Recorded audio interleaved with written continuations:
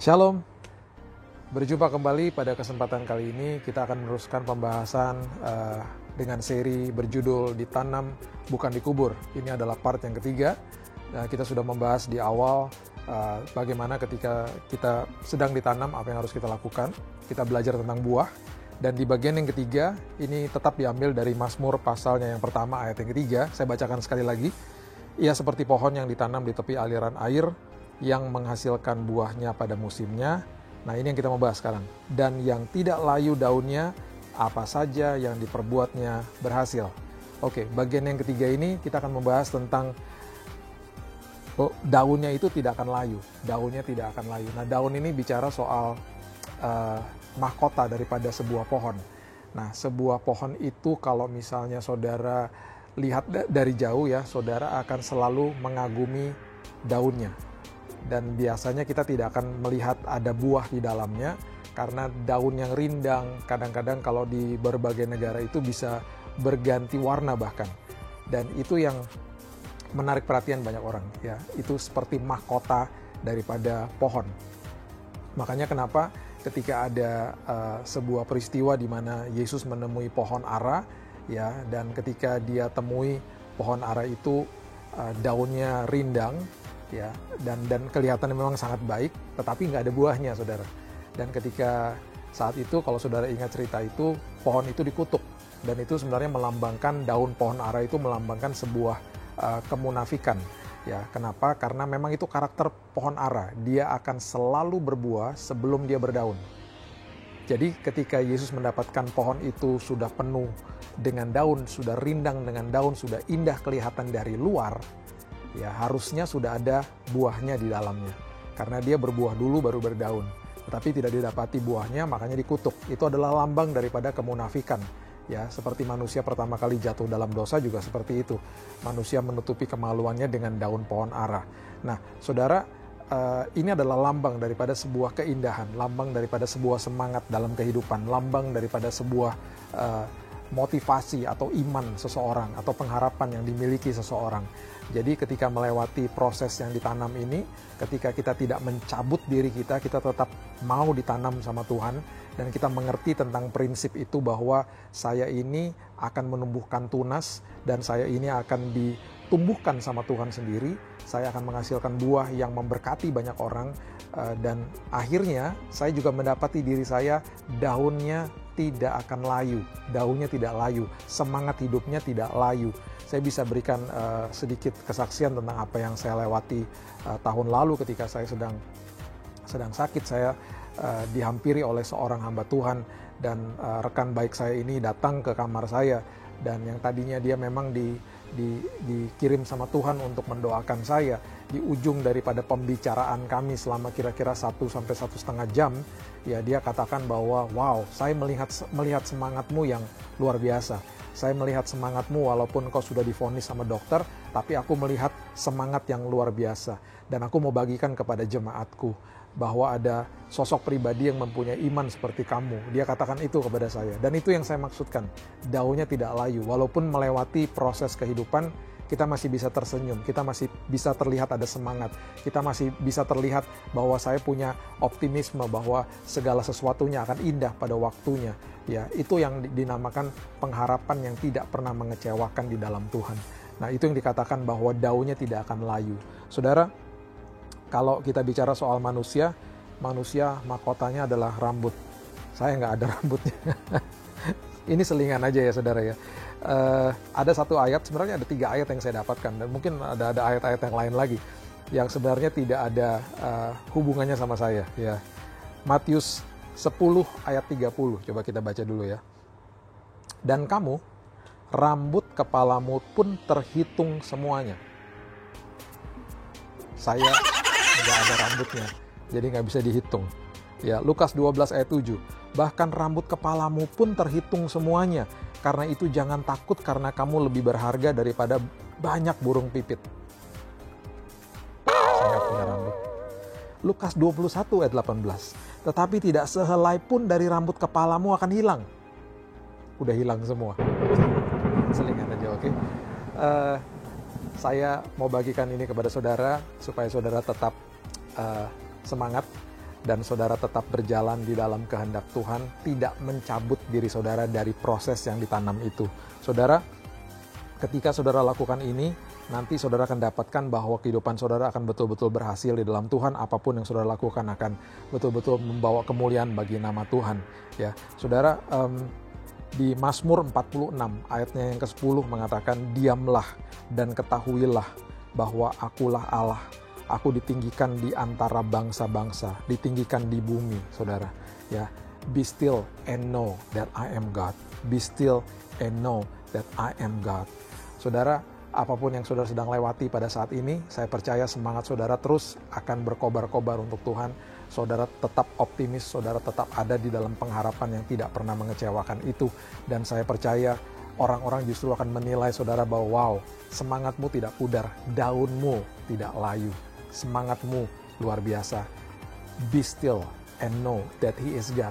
Diamlah, tenanglah, ketahuilah bahwa Dia adalah Tuhan. Dia adalah Sang Elohim, kreator yang selalu berdaulat di atas apapun dalam kehidupan ini.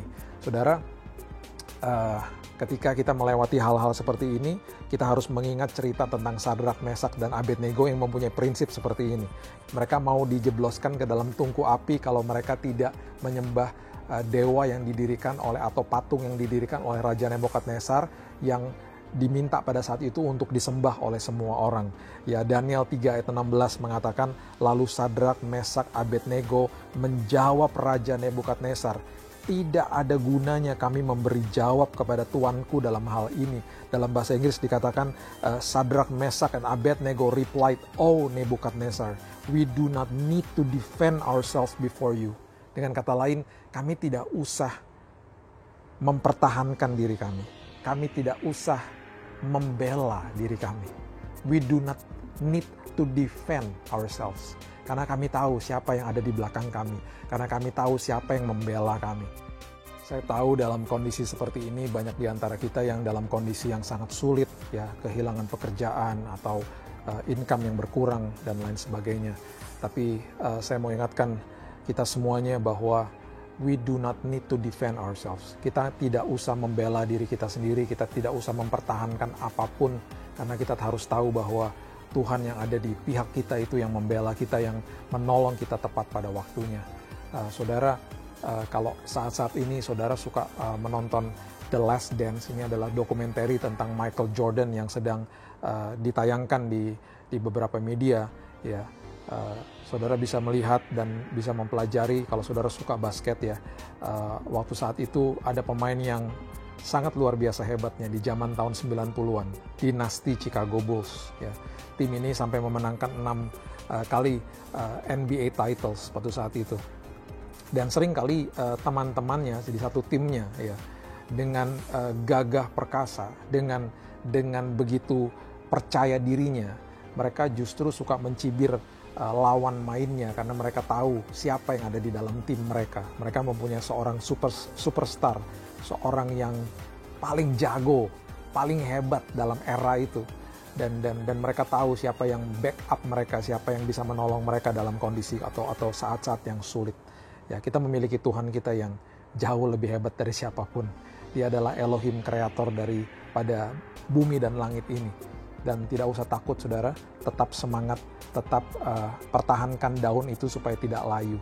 Saudara, saya ingat cerita tentang teman baik saya, beberapa waktu yang silam dia dalam kondisi yang sangat sulit, dan ketika pada saat itu dia sudah siap-siap mau menjual usahanya, ada seorang debt collector yang datang ke rumahnya, saudara.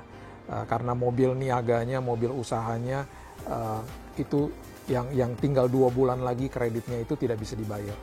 Dan akhirnya ketika debt collector itu marah-marah, dia sempat tunjukkan juga rekening banknya yang kosong dan tidak ada uangnya. Dia katakan, "Mas, kalau Mas marah-marah juga tidak akan menambahkan apapun di dalam rekening saya." Dan akhirnya orang itu pulang gitu ya, dengan mungkin hati yang lebih teduh dan nggak tahu gimana, saudara, besoknya teman saya ini dapat WhatsApp dan saya dikasih lihat, saudara, WhatsApp-nya gitu ya. Dikasih tahu bahwa Mbak, saya dan orang sales, jadi orang sales dari mobil itu yang waktu mobil itu dibeli, sudah sepakat kita akan talangin dulu tunggakan 2 bulannya Mbak. Nanti setelah Mbak ada uang, silakan nyicil ke kami. Saudara, saya nggak pernah dengar ada debt collector yang mau nalangin utang, kecuali debt collector yang betul-betul sudah dijamah Roh Kudus. Saudara, apa yang terjadi ketika itu sudah selesai, tapi berarti ada masalah satu lagi yang belum selesai, tetap ada hutang yang harus dibayar. Beberapa hari setelah itu ada seorang rekan daripada ibu ini yang memberitahu dia bahwa bagaimana kalau saya sewa mobilmu, karena kamu juga tidak pakai.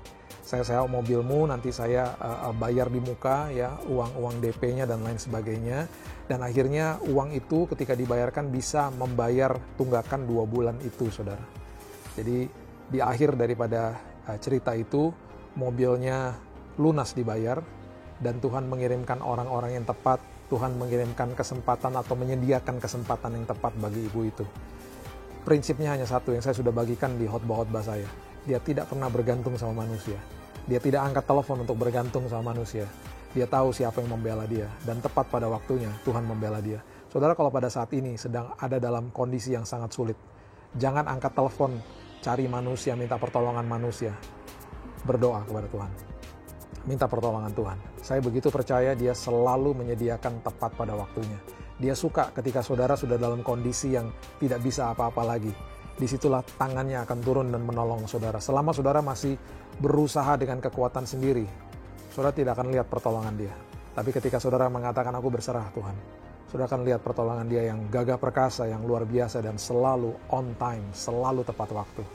Saudara, di akhir daripada Mazmur 1 ayat yang ketiga ini dikatakan ketika kita semangatnya tidak layu, daun ini tidak layu, apa saja yang diperbuatnya berhasil, apa saja yang saudara buat nanti akan dibuat berhasil sama Tuhan. Saya tutup dengan ayat ini, saudara. 1 Petrus 1 ayat 23 mengatakan, karena kamu telah dilahirkan kembali bukan dari benih yang fana, bukan dari benih yang fana, tetapi dari benih yang tidak fana oleh firman Allah yang hidup dan yang kekal.